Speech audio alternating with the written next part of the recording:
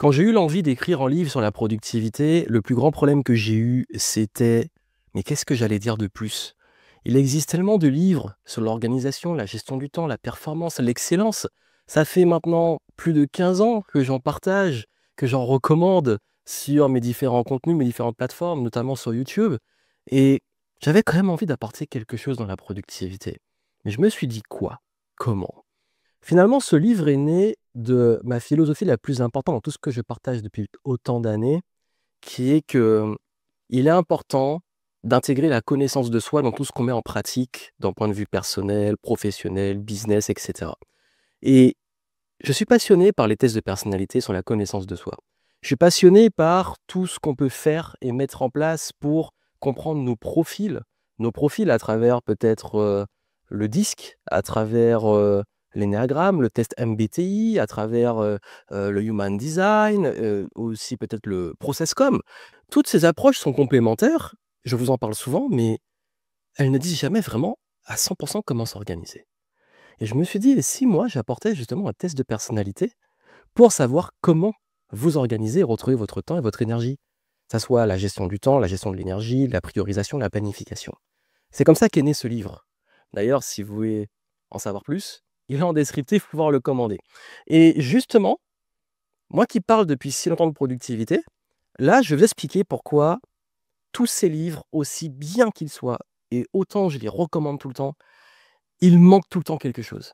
Et c'est ce que j'ai voulu apporter avec mon approche. Et je dis pas qu'elle est meilleure, je dis pas que je suis au-dessus et que je défonce tous ces livres, puisque je les recommande tout le temps.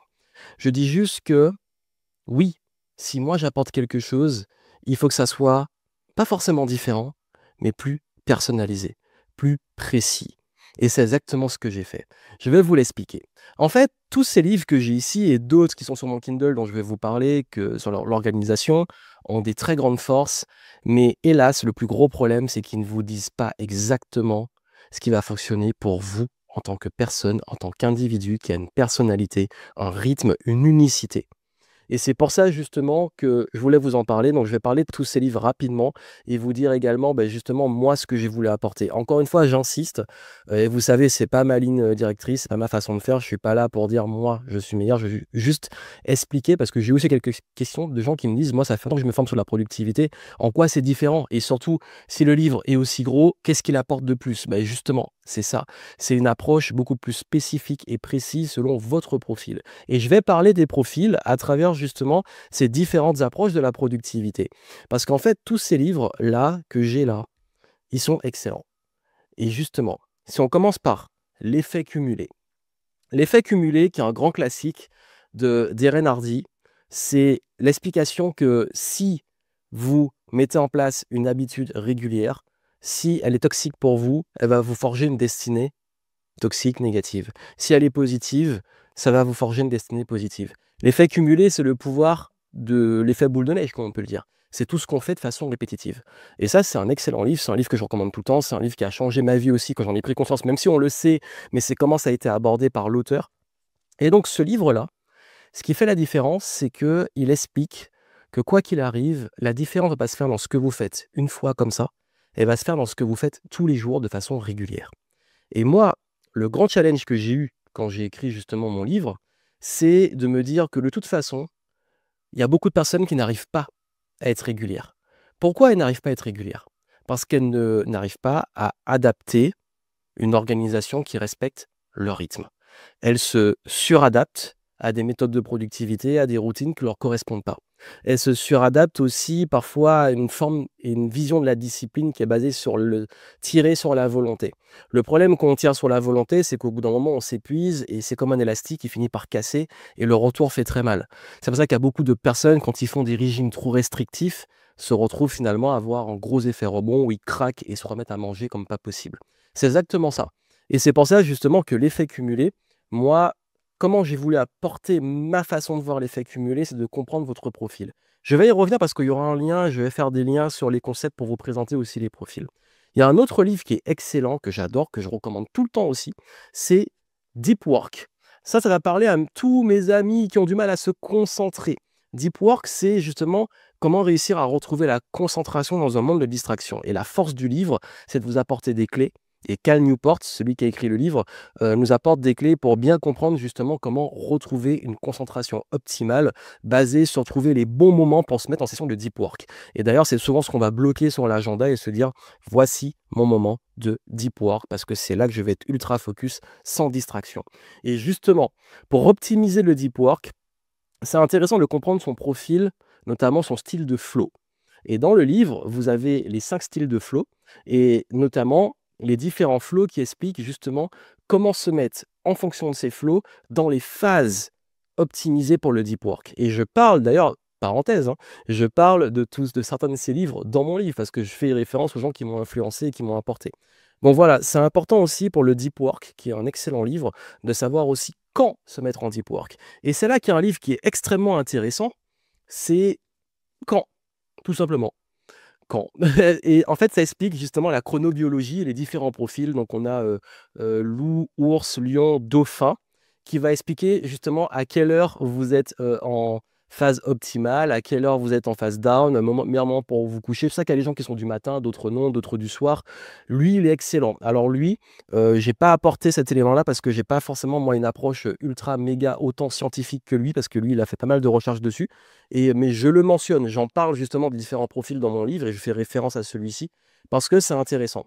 Et justement, quand, moi j'ai voulu aller plus loin parce que quand en fait vous donne vos profils, on va dire chronobiologiques, donc ça c'est quelque chose qui est acté, qui a été apporté, qui vous dit ok, généralement votre profil à quelle heure et tout.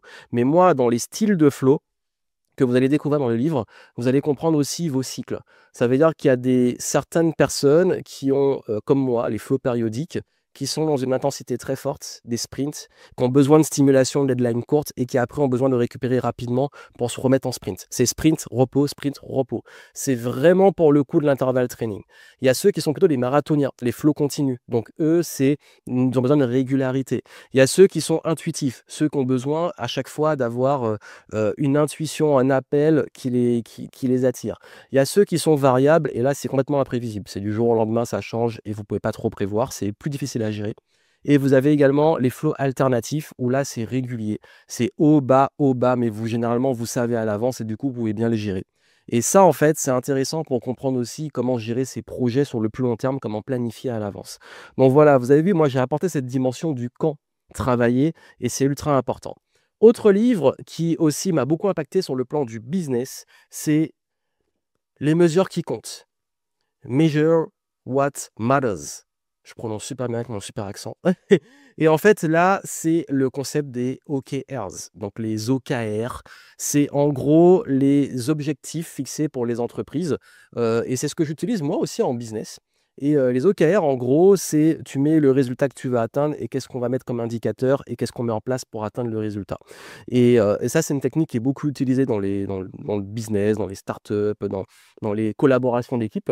Et moi, j'ai justement alors, j'ai pas forcément parlé énormément des objectifs dans mon livre. Pourquoi? Parce que, j'apporte justement une vision beaucoup plus profonde. Parce que les objectifs, généralement, c'est quelque chose qui va venir naturellement quand vous comprenez votre profil tasker. Le profil tasker, alors vous avez le flow tasking, encore une fois. Les flow, c'est votre rythme. Tasker, c'est le mode opérationnel. Le mode opérationnel, tasker, c'est comment vous allez planifier, comment vous allez vous mettre en mouvement. Et c'est là que c'est intéressant. Les différents profils ont des modes de motivation différents, ont des modes d'action différents. Et ces modes d'action différents font que la façon de suivre et d'atteindre vos objectifs vont être complètement différents. C'est ça qu'aujourd'hui, si vous avez du mal à suivre des modèles de routine, des modèles de fonctionnement, c'est peut-être à cause de ça. J'y reviens sur les différents profils Tasker parce que je vais parler des autres livres où c'est intéressant de l'aborder. C'est notamment Imit Revisited, donc en gros, le mythe de l'entreprise revisité. Là, c'est un livre purement business. Et ce qui est intéressant avec ce livre, c'est qu'il vous montre en fait pourquoi, justement, il est important de ne pas avoir une entreprise qui dépend à 100% de vous, comment se détacher de l'opérationnel et tout. Et justement, en fait, dans les profils Tasker, on se rend compte qu'il y a des profils qui, justement, ont des modes opérationnels tellement différents que même dans la façon de gérer le business, l'entrepreneuriat, ça va complètement être différent. Et c'est pour ça que même, voilà, dans mon livre, j'ai aussi un aspect dans les chapitres plus vers la fin sur l'entrepreneuriat, le business, la collaboration d'équipe, etc. Parce qu'il est important aussi de mettre ça dans le contexte professionnel. Et c'est vrai que, par exemple, moi, qui ai un profil justement tasker de métal, j'en parle après, j'ai un profil qui aime l'efficacité, l'optimisation. Et pour moi, ce livre, il me parle parce que c'est comment structure ton business, enfin, comment tu structures ton business pour être le plus libre possible et pour le plus optimisé possible. Mais il y a les taskers, par exemple, de terre qui ont besoin de tout contrôler, qui ont besoin d'avoir un business où ils ont du monitoring ultra carré et tout. Donc ça, c'est intéressant aussi. Et justement, et pour parler d'un autre livre que j'ai pas sous la main, et notamment 2 livres, il y a celui de Brian Tracy, Avaler le crapaud, qui consiste à se dire: «Si je dois me mettre en travail, il faut que» et ça c'est très important, «que je commence par les tâches les plus pénibles». Et ça, chez certains, ça fonctionne. Tu as un truc dans la tête, tu sais que tu dois faire un truc qui est pénible, sur lequel tu procrastines, fais-le et après ton esprit est libéré. Mais il se trouve que certains, s'ils font ça, après ils ont plus d'énergie, ils ont plus de motivation. De même, il y a un autre livre que j'adore qui est Atomic Habits, qui est un livre sur les habitudes. Celui-ci aussi, il est excellent et il explique que plutôt que d'avoir des habitudes régulières, ce qu'on vous recommande, plutôt que de vous engager sur plein d'habitudes qui vont vous mettre de la contrainte que vous n'allez pas garder, on vous recommande de vous entraîner à commencer, de vous engager à commencer les bonnes habitudes. Mais ce livre-là, le gros souci, c'est que si dans la pratique c'est bien, quand on ne connaît pas son profil, on ne tient pas les bonnes habitudes, même si on s'entraîne à commencer. Et c'est là que le profil Tasker est intéressant parce qu'en fait, ça vous aide à pouvoir très rapidement, quand vous le comprenez, vous mettre en mouvement d'une façon qui vous correspond. Et je vous explique les différents profils. En fait, c'est très simple, les profils Tasker sont basés sur les éléments. On a d'abord les Taskers d'air.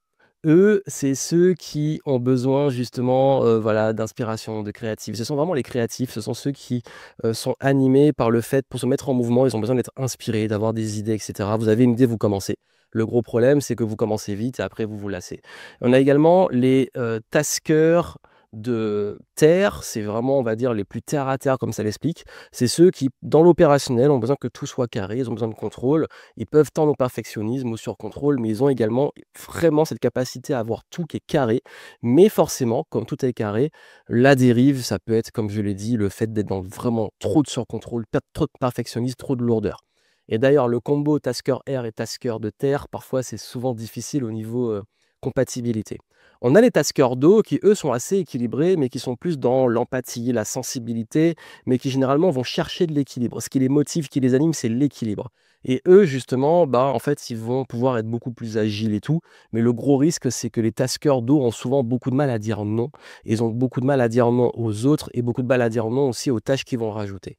On a également les taskers, et là, c'est l'élément qui reste, de feu. Et eux, c'est l'enthousiasme.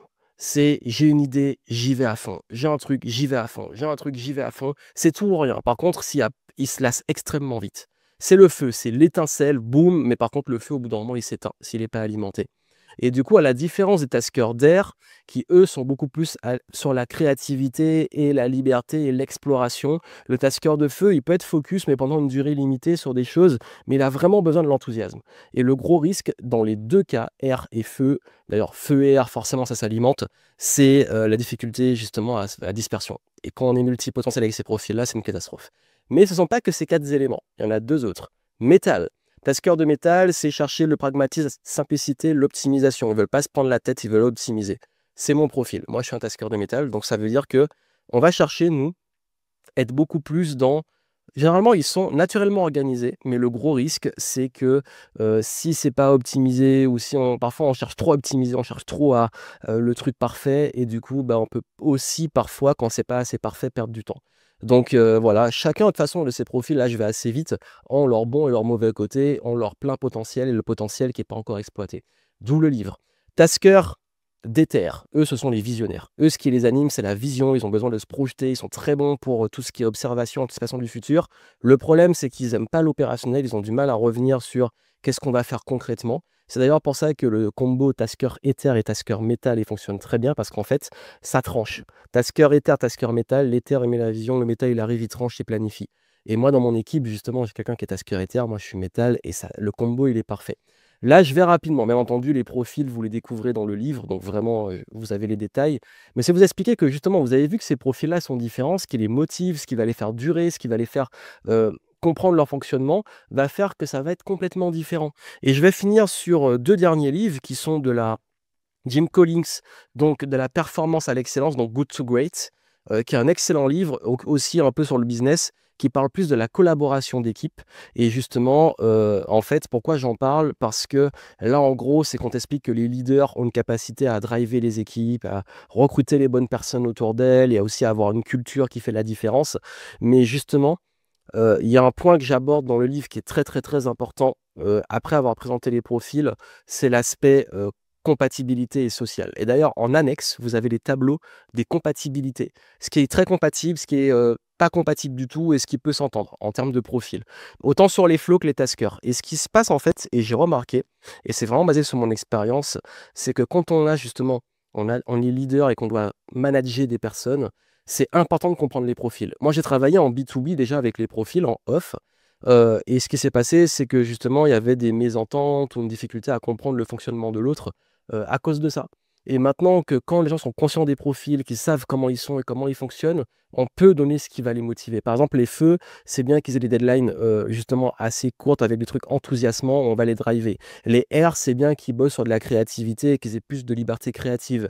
Les éthers, ils ont besoin de vraiment travailler sur la vision, la culture, l'observation, les tendances, la R&D. Les métals, ils sont parfaits pour l'optimisation, le scaling, tout ça. Les terres sont très bons pour tout ce qui va être les tâches carrées, cadrées, tout ce qui est un peu, par exemple, les tableurs, la finance, contrôle de gestion, etc. Tout ce qui demande beaucoup de rigueur. Vous avez vu, c'est très cliché. Bien entendu, encore une fois, les profils dépendent des personnalités. Il y a plein de choses qui entrent en jeu, hein.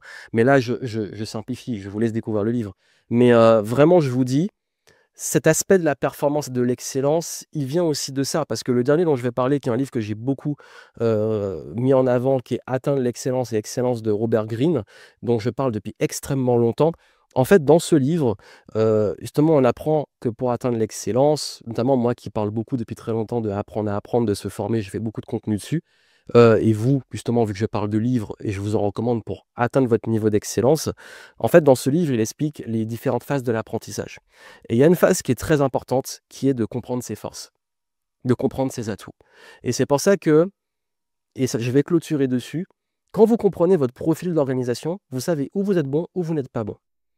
Et vous arrêtez de culpabiliser. Parce qu'il y a énormément de méthodes de productivité, d'organisation qui font culpabiliser, qui entraînent ce truc de mais j'arrive pas parce qu'en fait je me sens nul, parce que j'arrive pas à suivre le rythme ou une routine ou une habitude comme on me le montre. Et justement, moi je veux déconstruire ça et c'est vraiment mon intention, c'est de vous aider à atteindre votre niveau d'excellence dans ce que vous allez faire. Parce que vous savez, l'organisation, la productivité, la capacité à être régulier, à passer à l'action, à enchaîner, c'est ça qui va vous permettre dans l'exécution de passer à un autre niveau. Beaucoup de gens, en fait, si justement ils sont pas réguliers, ils abandonnent, ils procrastinent, et c'est ça qui crée leur plus gros problème dans la vie, parce que justement, ils n'arrivent pas à être fiables. Ils n'arrivent pas à être fiables pour eux et aussi pour les autres. Donc voilà ce que je voulais vous présenter. Vous avez vu, tous ces livres qui m'ont influencé depuis des années, j'ai adoré les approches, j'ai adoré les concepts, j'ai pris ce que j'avais à apprendre. Mais moi, aujourd'hui, je ne suis pas là pour vous répéter les mêmes choses, je suis là pour vous apporter cette vision de comprendre comment vous fonctionnez et éventuellement certains concepts, oui, mais aussi et surtout que quand vous vous connaissez vous, en fait, techniquement, les méthodes deviennent naturelles, les approches deviennent naturelles. La discipline, la capacité à être dans les bonnes habitudes, dans le bon rythme et tout, ça devient une conséquence. C'est pas quelque chose qu'on force. Et quand on se connaît et quand on sait comment on fonctionne, on passe au niveau supérieur. Donc voilà pourquoi je voulais vous en parler, parce qu'en fait, je voulais aussi, c'est pas un hommage, mais je voulais aussi mentionner les influences et le processus qui m'ont amené à sortir ce livre, et aussi que moi, j'étais pas là pour dire bah, je vais copier-coller des auteurs ou répéter les mêmes choses, c'est qu'est-ce que je peux apporter de nouveau. C'est pour ça que dès le début du livre, moi, je déconstruis certaines injonctions, certaines approches de la productivité d'entrée. Avant même que je parle des profils, je remets en question l'approche de la productivité, de la gestion du temps qu'on a aujourd'hui pour amener, faire une transition sur l'importance de vos profils. Ensuite, vous découvrez les profils. Vous pouvez aussi soit faire le test avec le livre, soit faire un diagnostic plus poussé en ligne. Et ensuite, là, on va sur différents principes d'organisation, de gestion du temps et de l'énergie, avec comment on l'applique pour chaque profil. Et après, j'aborde tout ce qui est les relations, les collaborations, le business, l'entrepreneuriat. Et je finis même sur l'intelligence artificielle avec une projection sur le futur de la productivité, parce que c'est un sujet que je ne pourrais pas passer à côté. Et aussi comment les profils peuvent être augmentés avec, et aussi comment rester humain à l'ère de l'IA. Bref, franchement, bah, si ça vous intéresse de savoir plus, si vous êtes passionné par ces sujets, que vous voulez avoir une approche un peu différente, je serais très heureux d'avoir vos retours sur le livre, donc allez le découvrir. Et puis, vous me laisserez vos retours. Ce serait avec plaisir que je vous lirai et puis dites-moi justement si, il y a peut-être des influences, des choses de la productivité qui vous ont changé votre vie, vous ont aidé, que j'ai peut-être pas abordé parce qu'il y en a beaucoup, hein, j'en ai plein en tête, mais là j'ai pris les principaux. Mais, au moins là vous comprenez aussi que, chacun peut apporter quelque chose. Moi j'ai apporté aussi, cette approche-là, mais que quand on apprend à se connaître et qu'on sait qui on est, là, toutes les portes, elles s'ouvrent et on atteint justement son plein potentiel et son plein niveau d'excellence. D'ailleurs, justement, dans cette série pour la sortie du livre, je pense que j'aborderai les différents profils sous leur potentiel. Ça veut dire les profils en potentiel, on va dire, pas encore exploités et à leur plein potentiel. Quand vous maîtrisez votre profil, vous le surfez à 200%. Ça vous intéresse, vous me dites et on continue la série.